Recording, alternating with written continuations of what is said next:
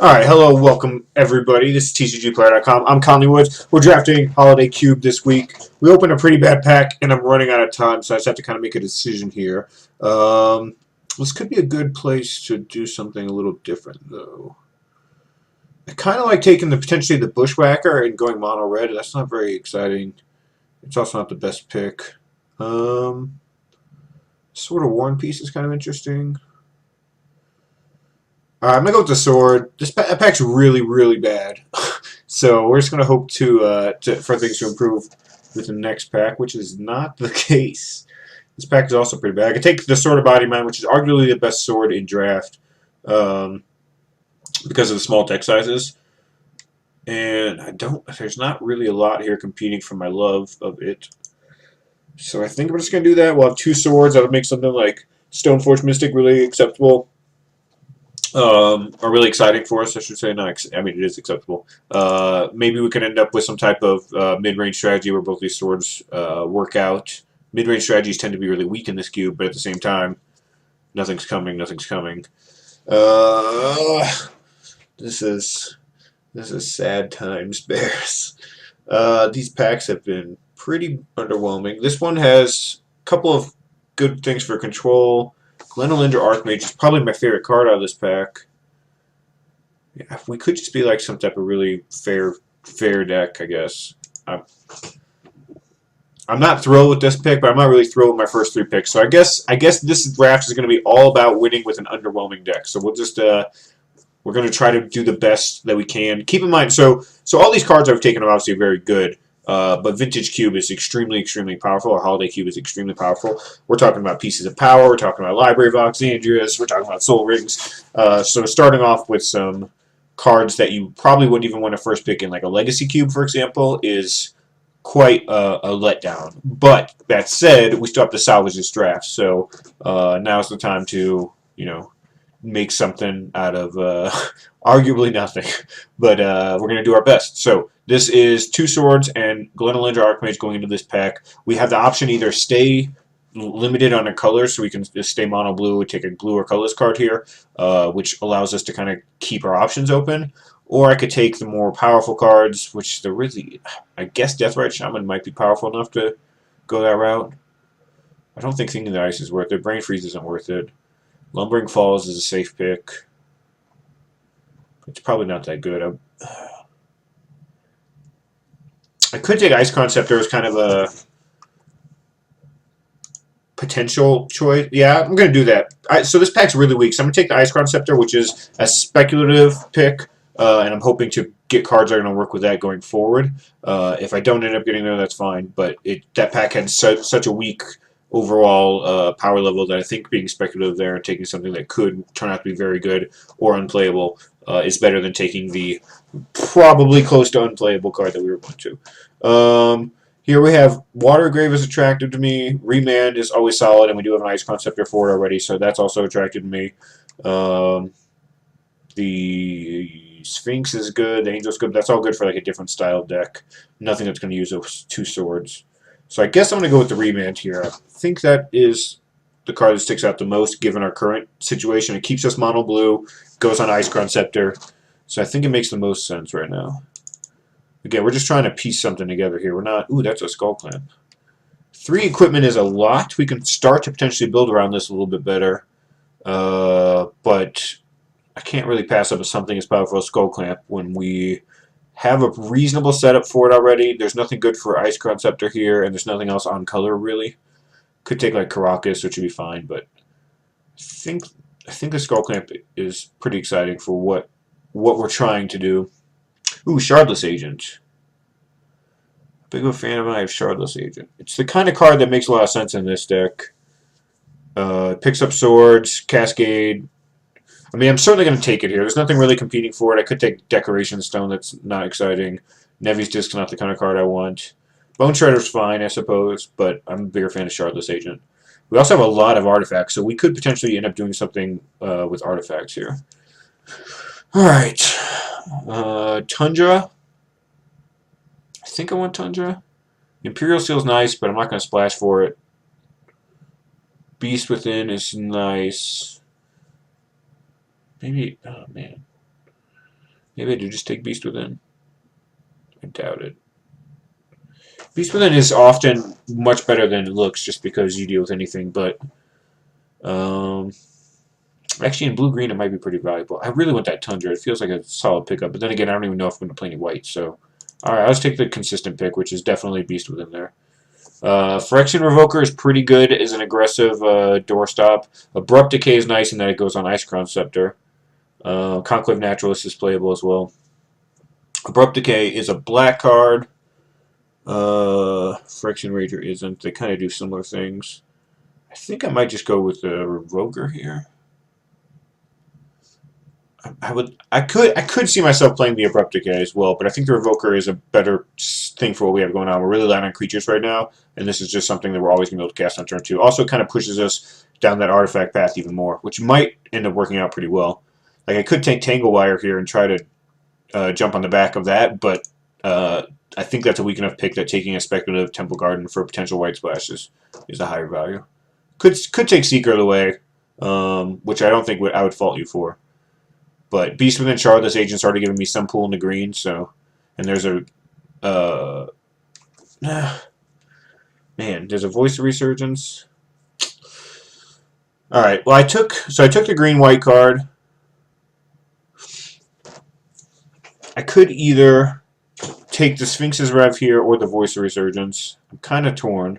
I think I'm going to take this Voice of Resurgence, because if I end up in a legitimate deck, it comboed with Skullclamp or any of these other swords is so strong. Ooh, there's Deathheart Shaman. Okay, maybe we can get there. Maybe I'll end up splashing blue. That would potentially be something that I would be interested in. I mean, overall, this pack was obviously pretty bad. I should take this Angel's Rending. It's going to be... Pack was pretty bad for us, but it came around at the end there. We got some actual playable cards. Even Exalted Angel is playable. I don't think I'll play it, but it is playable. Wingbear is nice, though. Picks up swords very nicely. And it's a good 3-drop. So that's a couple of white cards. I could have gone heavier into white earlier. That's certainly something I could have done. I almost purposefully didn't, but we'll see if it works out. There's a Lotus Cobra here, which is kind of nice in terms of mana fixing, in terms of a little bit of ramp. Thragtusk, Underground Sea is playable with Deathrite Shaman, I suppose. Mana Drain's the most powerful card here. I don't know. It doesn't go well with Shardless Agent. Not that that's too big of a deal. It works super well with Ice Crown Scepter, though. Alright, maybe I go back to not... Or I could end up splashing green. That's also a possibility. It could just be like Voice of Resurgence, Shardless Agent.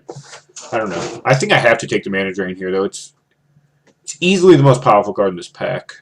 And we do have an Ice Crown Scepter, so... Maybe we'll just try to have a really forgiving set of creatures out here. Wow, this pack's really strong. Normally I would slam Sword of Feast and Famine. With 2 swords in my deck already, I'm not as interested. There's a Tolarian Academy, which is quite strong in our deck. We have 1,000,000 artifacts already, and we can go higher. There's also True Name Nemesis, which I'm a big fan of. I don't know if it's as good as Academy is as of right now. It also might wheel. It doesn't tend to make a lot of decks. And I don't think Academy will. We already have 4, 5, 6 artifacts. And we're only a pack and like a couple cards in. So yeah, I think I'm gonna take the Academy here. It'll also help us with our blue. I think overall it's gotta be a solid pick. Alright, what are we rocking? We got Batterskull's kind of lame, but it might just be the choice. I don't really like it's only lame in that its casting cost is a little higher than anything else I got going on right now, but I don't know if Nissa is gonna be very good. A War Priest of Thune is not something I should consider, so yeah, I guess this is Batterskull. Kind of weak pack, that's fine. I guess it's nice to have some things to dump Tolarian Academy mana into. Here we have a Kuldaltha Forge Master, which is interesting given how many artifacts I have. That should wheel, though. There's an Oracle Moldiah, which is pretty nice if I end up with green in my deck, and it looks like I'm going to. It looks like white is still the outlier. Looks like I'm a green-blue deck, maybe splashing a little white. So yeah, I think the choice here, I could take Mirari's Wake if I really wanted to be aggressive, but I think the choice is Oracle Moldiah. Normally I would take Shelldock out, but I don't think my casting cost is going to be high enough for that. So I think I'm going to take the Oracle Moldiah and then try to wheel Kuldaltha Forge Master. Shelldock Isle was a perfectly defensible pick, though, if you wanted to take that. I love that card. Alright, we got a Daze, Richwind Cloudscape, Primal Command. Really the only true options, I would say. I think they're all fine. I'm kind of a big fan of Riftwind Cloudscape.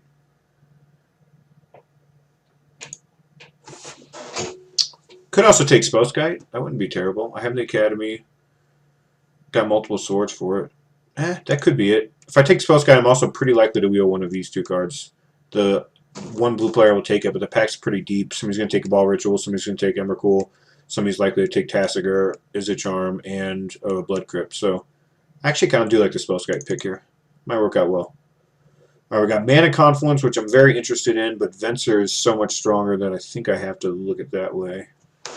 Garrick is also an option, but Venser is just a really great tempo card for a deck like this. And it looks like I'm going to be heavier blue. I'm going to just go ahead and play the Mana Drain. Yeah. Wheeling Mana Confluence, or Oblivion Ring, or Garrick, or Pentad Prism, or Linvala maybe. Any of those would be reasonable. Big fan of this card, and there's nothing else really playable here for us, so. There's another sword. Many swords. I think this is the pick. This is probably the best sword. I might even cut one of the other ones for it, or maybe not. I have ways to play a bunch of artifacts. I think it's better enough than Tarmogoyf, which I'm not a huge fan of in Cube. It just doesn't do anything particularly great other than attack and block, which is, you know, doesn't even do that great early on. But this is probably the best sword, and happy to pick that one up. Ooh, Lotus Cobra wield. Ding. Could take Mishra's Factory as well, but I think Lotus Cobra goes pretty well in our deck at this point because we're slightly above, we're like aggro mid-range. Well, we have every sword in existence. We have them all. Do you need a sword? I'll take the sideboard card. I'm not going to play that. Elder does work with Skull Clamp, I guess. Small things. Yeah, I'll just take the sideboard card. Alright, Forge Master did wheel, as did Wake.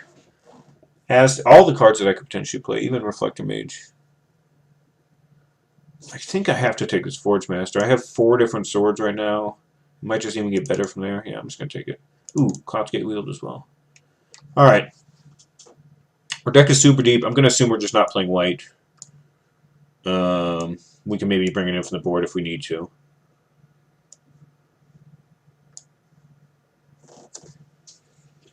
The Deathrite Shaman's not looking too attractive. I have no fetches. I don't know if I'll play this, but it is fetchable Forge Master, so I'll consider it. I'm probably going to cut one of my swords, likely the War and Peace. I'm not sure about my 2-drops either. I'm not sure about the Ice Crown Scepter. Right now it only has Remand and Mana Drain, which is probably not enough stuff for it. But yeah, this deck is certainly different than I originally anticipated. But it is something. It is Tolarian Academy aggro. Ooh, Time Walk goes well in Tolarian Academy. And I can pick up the 5th sword this pack. just all 5, baby. Wait, that's a little ridiculous. Not gonna lie. But yeah, definitely taking Time Walk here. Wheels, that would be good. Include Muldrifter, Selesnya Signet, potentially Blade Splicer, although maybe not. And potentially Sword, just because run all 5. Why not? Alright, we got Survival of the Fittest, which is not that great in my deck. Deranged Hermit's kind of the same. There's Baleful Strix and Porcelain Legionnaire if we're looking for artifacts. There's a Flooded Strand, which has no dual land to grab right now. Yeah, I'm not too thrilled with this pack. I guess I'll just take a Porcelain Legionnaire. It's a good 2-drop. I don't really have much else to say. Pack's not that great. Ooh! What do you know about Academy plus Guy's Cradle in the same deck? That's our deck. That's Legendary Lands. Get them. Also, this pack's pretty bad for us once again. I guess that's just the case when you have these types of decks. The best card is almost certainly Guy's Cradle, and then after that would probably be Phantasmal Image, both of which are acceptable. But I think it's just too fun to get Guy's Cradle and Academy in the deck, so we're going to do that. We're gonna be that. Ooh, yes! Success! We picked it up. We found it. Other great cards include Looter Core and Thrun. Looter should wheel. He usually does. But yeah, Spy Master's great. Alright, so let's move this down here. I'm going to assume Ice-Crown Scepter doesn't make it with just the two things. I'm going to assume Deathrite Shaman doesn't make it. I'm going to assume this doesn't make it. Noble Hierarch is great for us. We need some one-drops. I would love Hangerback Walker, but that'll probably wheel. Thada Adele is also pretty great. That might wheel. Acidic Slime might wheel. But yeah, Noble Hierarch has got to stand out here for us.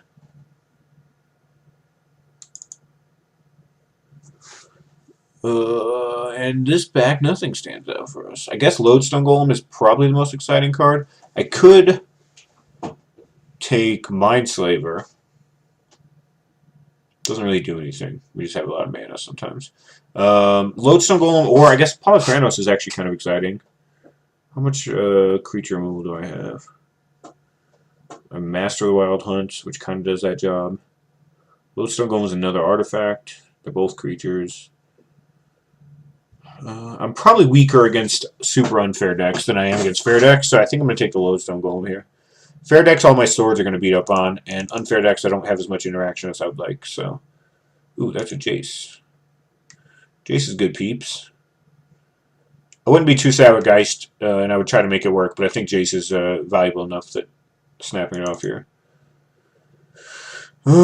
Spell Pierce is a nice pickup. Duplicate is also a nice pickup, though. Oh, man, I love Duplicate. I do have so many artifacts.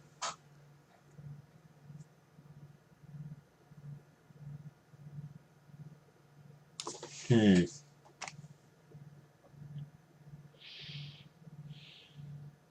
kind of want this Duplicate. They're both these cards are pretty strong. I think I'm going to take the Duplicate. Alright, we officially have access to every sword. I'm just going to take it. I have Kadaltha Forgemaster, and we could just... I'm not going to play it in my main deck, but I think it's more valuable than the Selesnya Signet, which is not something I'm going to play over a creature anyway. So now I just have access to all 5 swords. I can tutor them up against whatever deck I need to. Go to town. I don't think I can make this Baleful Strix work, but I would love to. This Survival of the Fittest is medium, so I'll take it. I might board it in against something.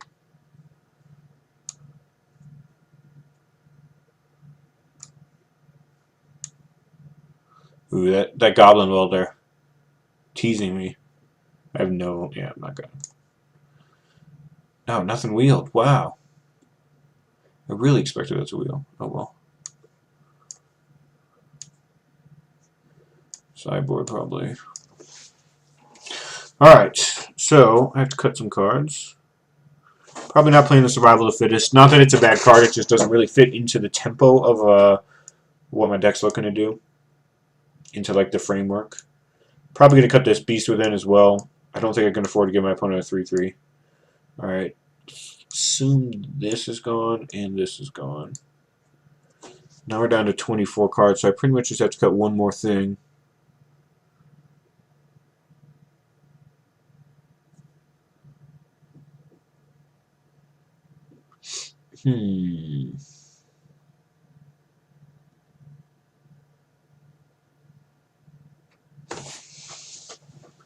I could see not playing Duplicate in the main, but I really like my artifact package in here.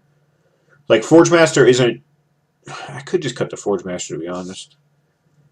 He's got 1, 2, 3, 4, 5, 6, 7, 8, 9, 10, 11, 12 artifacts in here. That almost gives me enough incentive to just run Isochron Scepter. But the only way I have to get rid of it if I decide... Like, I could either get Remand or Mana Drain on it, or tutor it up with Forgemaster. Would be the thought process there. But I think I might just cut the Forgemaster. Not that he's not good for giving me variety, but I can't imagine wanting to sacrifice any 3 of my artifacts. Like, the worst possible artifact combo would be Shardless Agent, Phyrexian, or Porcelain Legionnaire and Phyrexian Revoker. Even sacrificing all 3 of those sounds kind of miserable. What would I find to be that'd be worth it. Like, it would be so rare that I would do that. Yeah, I think I might just cut the Forge Master and then just run this setup.